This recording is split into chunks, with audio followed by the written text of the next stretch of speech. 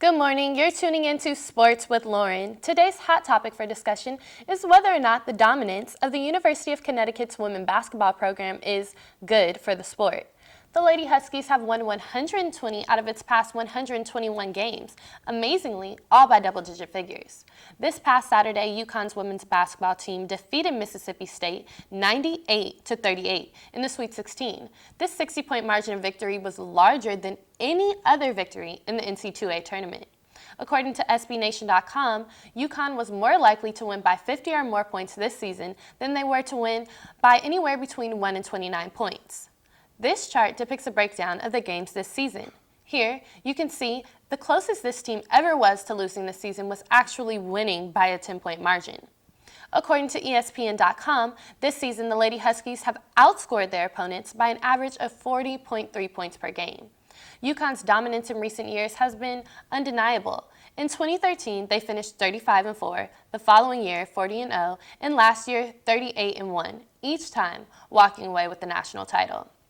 Currently, the Huskies are on a 69-game winning streak after defeating the Texas Longhorns last night to reach the Women's Final Four for the 9th consecutive season. If they win the next 2 games, the Huskies will be the first team in the history of women's college basketball to win 4 consecutive NC2A titles. A lot of people began criticizing UConn's dominance, claiming the team's superiority is detrimental to the sport. Meanwhile, the NBA, Golden State Warriors are adding a new level of excitement as they chase the all-time record for most wins in a season. After a Warriors dominating win, they're applauded for their teamwork, execution, and preciseness, both offensively and defensively.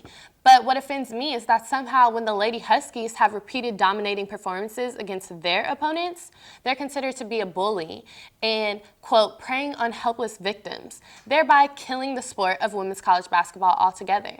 I'm sorry, but to call these women athletes victims for losing by large margins is silly.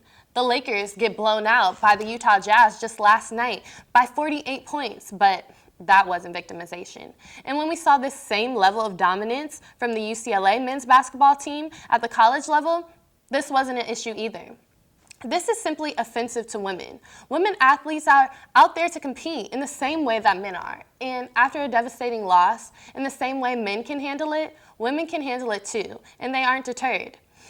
I want to say good luck to UConn, even if they don't necessarily need it. Instead of casting them off as bullies for dominating in a women's sport, let's start and begin spending more time appreciating their hard work and dedication. Feel free to hit me on Twitter and let me know what you think.